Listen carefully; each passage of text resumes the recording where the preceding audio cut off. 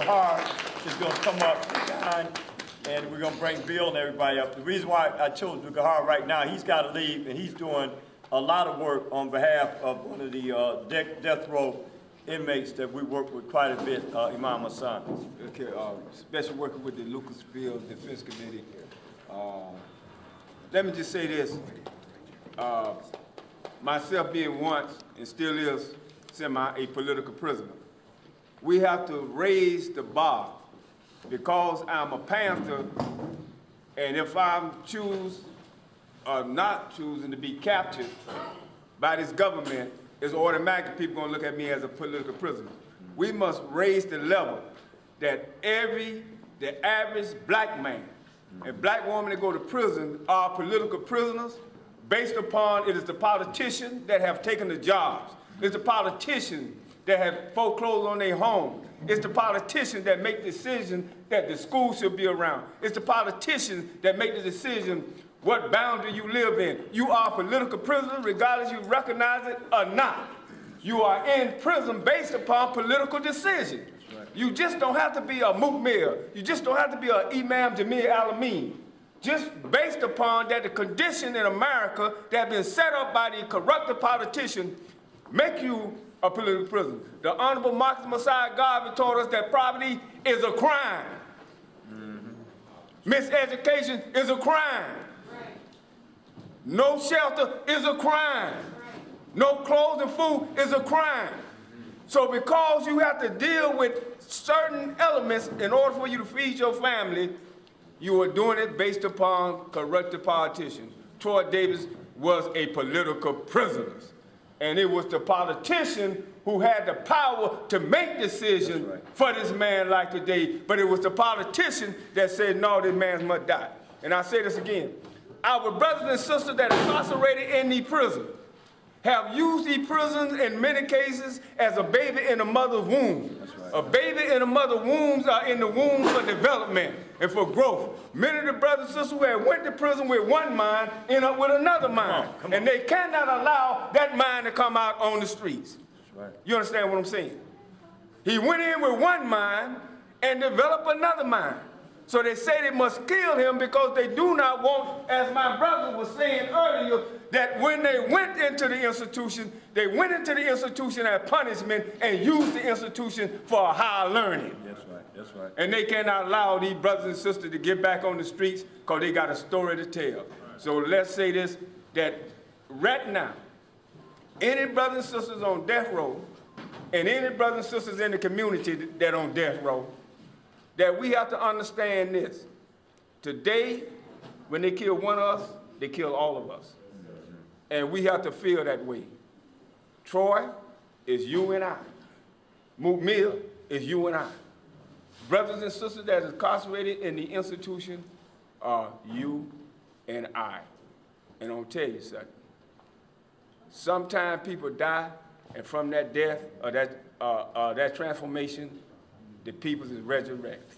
Troy Davis resurrected a lot of people from a dead mindset that thinking that you would get justice from an unjust government. All right. All right.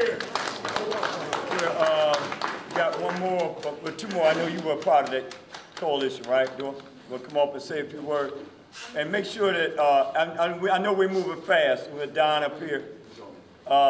We've got about, right now they should be actually halfway through the memorial service, so just keep that in mind, you know, while we're here, what's going on. And also, I'm gonna ask you to say a little bit about a brother that died not too long ago, and I need to find out from you where his body is, because for the Muslim brothers and sisters that are here, a Muslim who acted as a peacemaker and a negotiator in the '93 Lucasville rebellion has died by medical neglect at the facility he was in. What's his name?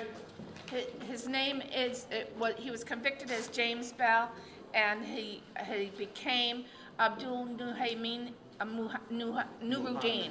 No, Nuruddin. Nuruddin. That's okay, that's okay. No problem. We just, he has a Nuruddin. Nuruddin, for you, those of you don't know, when the rebellion first jumped off, that was precipitated by a former FBI agent down in Lucasville to start a religious and race incident between the Aryan Nation. The Aryan Nation, Nuruddin went to the Aryan Nation. All y'all know about prison politics, you know what that means. Nuruddin went to the Aryan Nation and told them about the plot to start the riot before it started. After that, they got a couple little renegades to go at it, but they were able to sit down amongst themselves to keep it from getting out of control. So he was actually a peacemaker in this situation, but he was charged after that, and myself and Omar went down there to try to get into the prison to help to, you know, resolve the conflict. I don't know what, don't even tell me if he was in there now. I don't, if you want to mention it, if anybody here was in Lucasville at the time that's here today, you may be able to shed some more light on it. But Brother Nuruddin was a martyr. He was neglected medically by the prison officials as a revenge for him serving as a peacemaker in prison. We got to get that brother's body, and the reason why we don't, if we can't get it, we need to find out where it's at, and because we got to do a prayer for him, because he was one of ours, as well as one of ours in a broader sense. So I just want to thank you for bringing that to my attention, but we got to be on top of that thing with Nuruddin. The place of his burial was just had not been resolved the last I knew, and I will get you that information.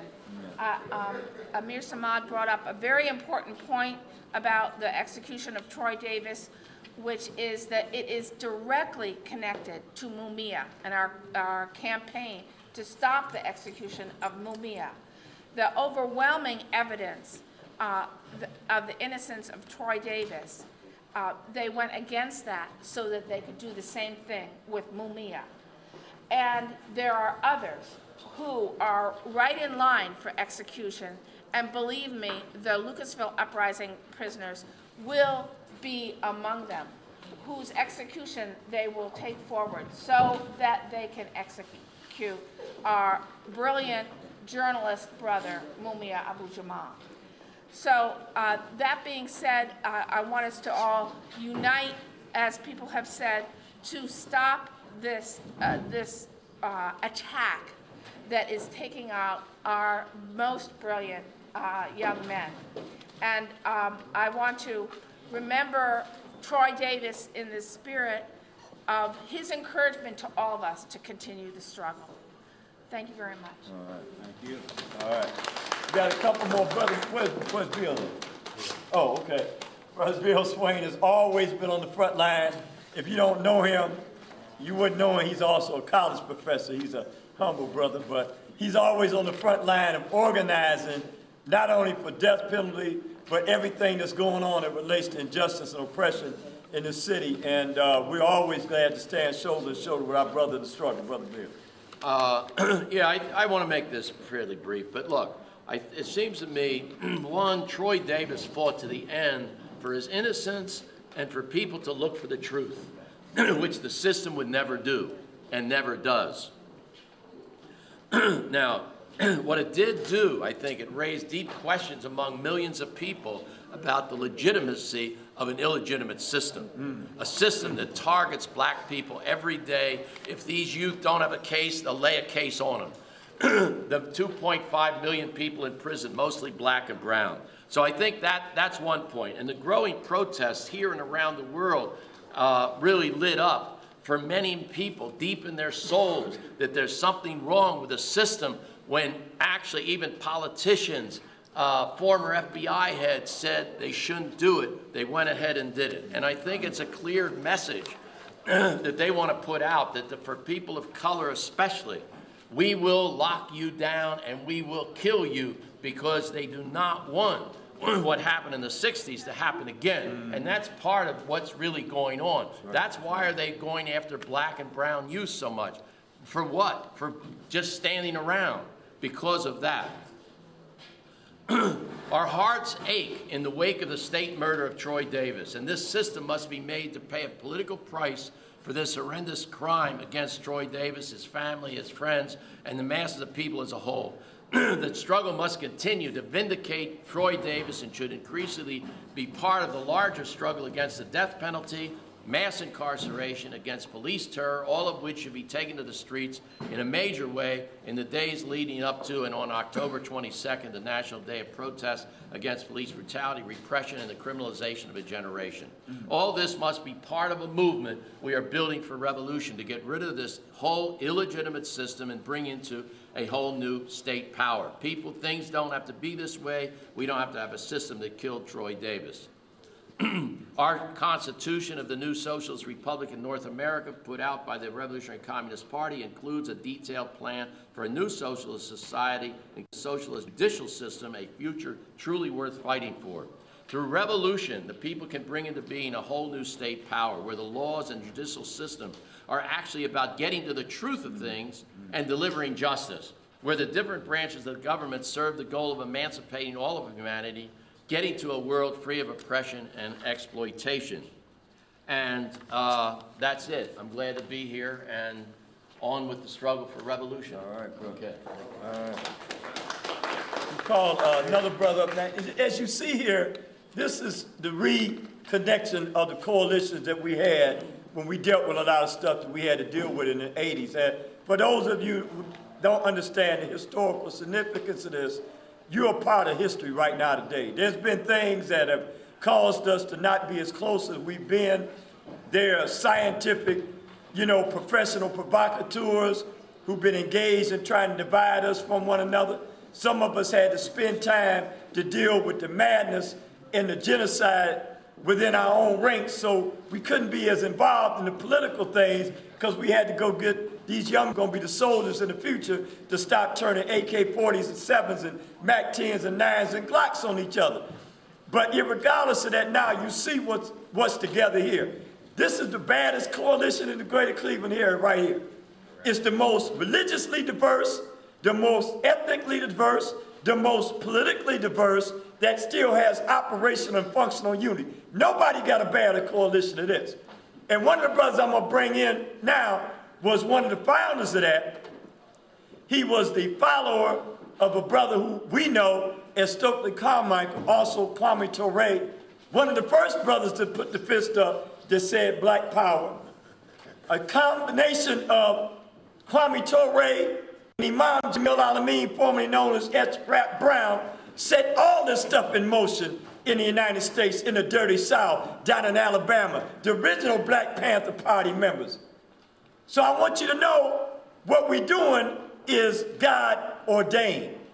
One of the things, as we bring Zizwe up, a little known Black history fact that Kwame told me one day, is when the Klan came down to Mississippi to assassinate him and H. Rap Brown, Harry Belafonte, and little known Sidney Poitier, they had to be flown out of there in a private plane because the Klan had hit teams. Why am I saying that? The United States government just assassinated and executed 2 Americans that have never been charged with a crime. They were never known to have weapons. They never called for or was involved in the assassination that we know of of any American citizen. But the Ku Klux Klan assassinated Americans, called for the death of Americans, hung Americans. And one of the Americans that's still alive is Imam Jamil Al-Amin, formerly known as H. Rap Brown. And he and Kwame Ture get out of Mississippi in caskets. That's how real it was back then. It wasn't no blood versus Crip. It was the Klan versus the revolutionary, Brother Zizwe. Thank you.